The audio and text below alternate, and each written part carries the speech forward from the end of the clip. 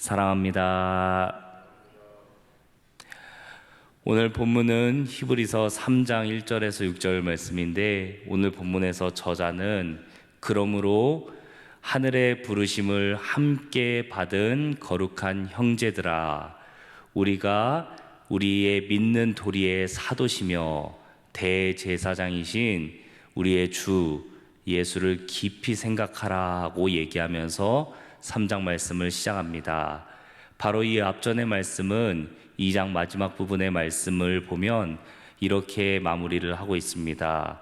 바로 우리를 위하여 시험을 당하신 예수 그리스도가 계시니 그 예수 그리스도께서는 우리와 동일하게 시험과 고난을 받으셨으나 죄는 없으시고 그 시험과 고난을 모두 이겨내신 분이시며, 또한 시험 당하고 고난 받는 우리를 능히 도우실 수 있는 분이시다, 능히 도우실 수 있는 분이시다 얘기하면서 2장을 마무리합니다. 그렇게 우리를 능히 도우실 수 있는 예수님에 대해 얘기한 다음에 그 다음에 3장 1절은 그러므로 우리가 예수를 깊이 생각하자라고 얘기하죠. 그러니까 우리가 예수님을 깊이 생각하는 이유는 다른 어떤 이유도 아니고 우리를 능히 도우실 수 있는 분이 예수님이시기 때문에 예수님을 깊이 생각하자고 저자가 얘기합니다. 오늘 더 본문의 말씀을 나누기 전에 혹시 우리 중에 예상하지 못한 어려움을 당하신 교우분이 계시거나, 또는 우리가 능히 이길 만한 시험이 아니라 이기기 어렵다고 생각하는 일을 겪고 계신 교우분들, 또는 그럴 만한 일이 아니라 하더라도 우리 삶에 작고 큰 여러 가지 어려움 가운데 계신 우리 교우들이 안 계신 분들이, 그런 어려움이 없는 분들이 없을 줄 생각하는데, 그런 어려움이 우리 삶에 있더라도 우리를 능히 도우실 수 있는 분이 우리 예수님이신 줄 믿습니다. 그 예수님께서 우리를 능히 도우시고 날마다 도우시고 신실하게 우리와 함께 하시는 줄 믿습니다. 이렇게 저자는 우리를 향해서 먼저 이렇게 얘기합니다. 함께 하늘의 부르심을 받은 거룩한 형제들아 라고 우리를 부르는데, 이 함께 하늘의 부르심을 받았다 라는 이 표현은 이 앞선 2장의 말씀을 통해 살펴보면 바로 함께 구원을 받은 사람들이라는 것을 알 수 있습니다.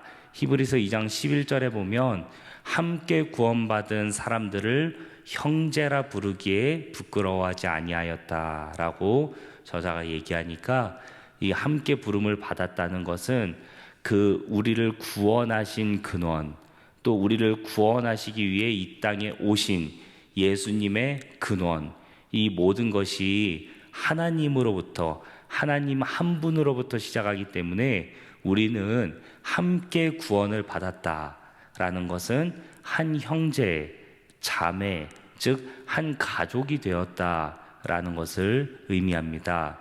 이렇게 함께 구원을 받은 사람들, 이렇게 함께 하늘의 부르심을 받은 사람들은 거룩한 자들이다라고 얘기하는데, 이 거룩하다라는 말의 뜻은 무언가를 위해 구별된 사람들이라는 뜻입니다.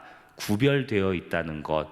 이 세상에 사는 많은 사람들과 동일하게 세상에서 살고는 있지만 뭔가 다른, 뭔가 구별된 어떤 행위를 하는 사람들, 또한 구별되기 위해서, 구별된 삶을 살기 위해서 구원을 받고 그 함께 부름을 받은 것인데, 그 구별된 삶, 거룩한 삶은 무엇입니까? 바로 우리의 믿는 도리의 대제사장이시고 사도이신 예수를 깊이 생각하는 것, 바로 이게 믿는 사람들에게서 나타나는 가장 큰 차이점이고 가장 큰 거룩한 삶이죠. 믿지 않는 사람들과 믿는 사람들에게서 발견할 수 있는 큰 차이점은 우리의 예수를 깊이 생각하느냐, 생각하지 않느냐입니다. 그런데 이렇게 예수님을 깊이 생각하라 라고 얘기하는 이유는 바로 우리가 우리를 도우시는 예수님을 믿고 예수님을 따르기 때문이다 라는 것을 알 수 있습니다. 또한 이 앞선 말씀인 히브리서 2장 1절에서는 우리가 예수 그리스도를 깊이 생각하고 우리가 들은 것, 복음, 곧 예수 그리스도에 대해서 유념하라고 얘기하는데, 그렇게 유념하라고 얘기하는 이유는 2장 1절의 말씀에 근거하면 떠내려가지 않기 위해서 유념하라 라고 합니다. 이 유념하라 라는 말은 역시 깊이 생각하라 하는 말과 동일합니다. 잃어버리지 않기 위해, 잊어버리지 않기 위해 마음에 깊이 새기는 것을 유념하다 라고 하는데, 이 히브리서의 저자는 2장에서도 3장에서도 예수님을 깊이 생각하라, 마음에서 떠나보내지 않도록 깊이 생각하라고 반복해서 얘기합니다. 그 이유는 떠내려가지 않기 위해서입니다. 우리가 이 히브리서의 말씀처럼 시험을 당하고 고난을 받는데, 그 가운데서 우리가 떠내려가지 않으려면 예수님을 깊이 생각하라고 저자가 얘기합니다. 그렇다면 우리가 왜 예수님을 깊이 생각해야만 떠내려가지 않을 수 있을까요? 그 설명이 바로 2절에서부터 시작됩니다. 먼저 저자는 이 예수님에 대해 설명할 때 신실하다라는 단어를 가져와서 예수님을 설명합니다. 예수님에 대해서 두 번이나 그는 신실하신 분이다, 신실하신 대제사장 같은 분이다 라고 얘기를 하는데, 이 신실하다라는 표현은 한 세 가지 정도로 좀 풀어서 설명할 수 있을 것 같습니다. 첫 번째는 충성스럽다라는 뜻이고요, 두 번째는 성실하다라는 뜻이고, 세 번째는 믿음직하다라는 뜻으로 좀 풀어서 설명할 수 있을 것 같습니다. 예수님은 하나님 앞에서 충성스러운 분이셨습니다. 그리고 우리에게 대하여 성실하신 분이었습니다. 그래서 하나님께서 말씀하신 모든 것을 하나도 빠짐없이 그대로 성취하기 위해서 애쓰신 분이었고, 우리를 구원하시기 위하여 우리를 위해서 하신 모든 사역, 그 모든 사역은 성실하고 변함이 없으셨다는 걸 알 수 있죠. 그렇게 하나님께서는 믿음직스럽게, 예수님은 하나님 앞에서도 믿음직스럽게, 그리고 우리 앞에서도 믿음직스럽게 그렇게 모든 사역을 감당하셨습니다. 그래서 예수님에 대하여 설명할 때 신실하신 분이다 설명을 했는데, 이 말씀을 받는 사람들에게 또 성경 인물 중에서 가장 신실하다고 여겨졌던 한 사람에 대해서 소개를 하는데, 바로 모세입니다. 그 모세라는 사람은 아주 오랜 기간 동안 이스라엘 백성들을 애굽에서 데리고 나와서 광야 생활을 하고 가나안까지 인도하는데 참 신실한 사람이었죠. 그 신실한 모세를 예로 들어서 예수님은 이 모세와 같이 신실한 사람이다라고 합니다. 그렇게 신실한 예수님을 우리가 믿어야 되는 이유는 바로 이 모세보다도 더 귀하고 위대하신 분이 바로 예수님이기 때문이다 얘기합니다. 모세는 하나님의 집을 지은 사람이죠. 하나님의 집을 열심히 지은 사람입니다. 하나님의 말씀에 순종하고 하나님께서 행하신 모든 일을 그 백성들에게 가르치고, 또 장래에 하나님의 집으로 세워질 사람들을 위해서 그 모든 하나님의 뜻을 말씀으로 기록한 사람이죠. 그렇게 열심히 하나님의 집을 세운 사람이 모세입니다. 그런데 모세가 하나님의 집을 세웠을 때, 오늘 저자의 얘기로는 하나님께서 모세를 들어서 하나님의 집을 세우셨는데, 그 하나님의 집보다 모세가 더 위대하지 않냐라고 얘기합니다. 이 말인즉슨 하나님께서 어떤 집을 세우셨을 때 그 집보다도 집을 세운 사람이 더 위대하지 않겠냐라고 설명을 하는 것인데요. 이렇게 비교하는 이유는 바로 예수님을 가장 높이 설명하기 위해서입니다. 집보다도 집을 만든 사람이 더 위대한 사람이 아니냐라고 얘기를 한 다음에 그 다음에 또 어떤 비교를 합니까?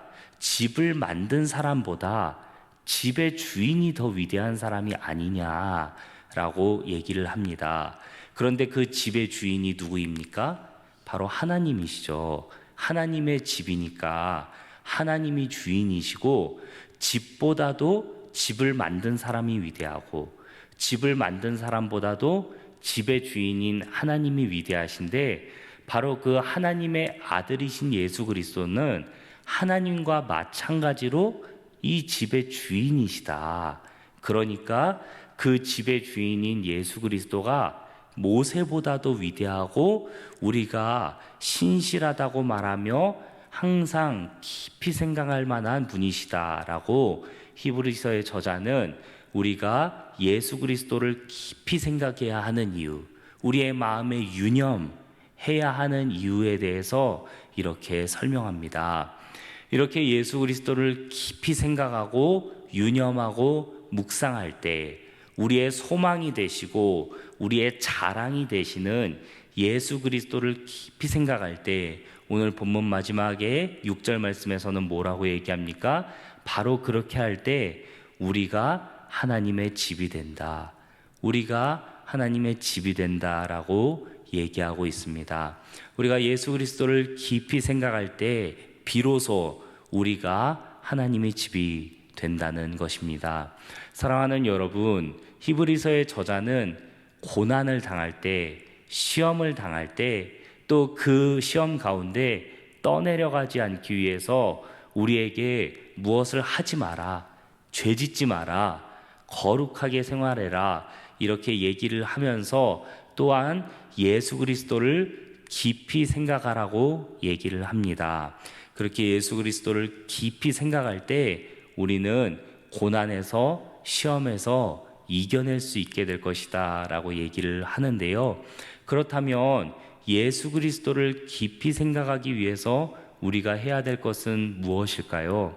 저는 예수 그리스도께서 교회의 머리이시기 때문에 우리는 예수 그리스도를 깊이 생각하기 위하여 교회 생활을 잘 해야 한다라고 결론을 내리게 되었습니다. 왜냐하면 우리가 교회에서 하는 모든 행위들은 전부 예수 그리스도를 깊이 생각하기 위한 행동들입니다. 제자훈련, 소그룹, 신앙 성장 프로그램, 어제부터 시작된 전교우 성경 필사 대회, 이 모든 것들, 우리가 해외로 단기 봉사를 나가는 이유, 우리가 교회에서 구제를 하고 나눔을 하고 섬기는 이유, 이 모든 것들이 전부 무엇을 위함입니까?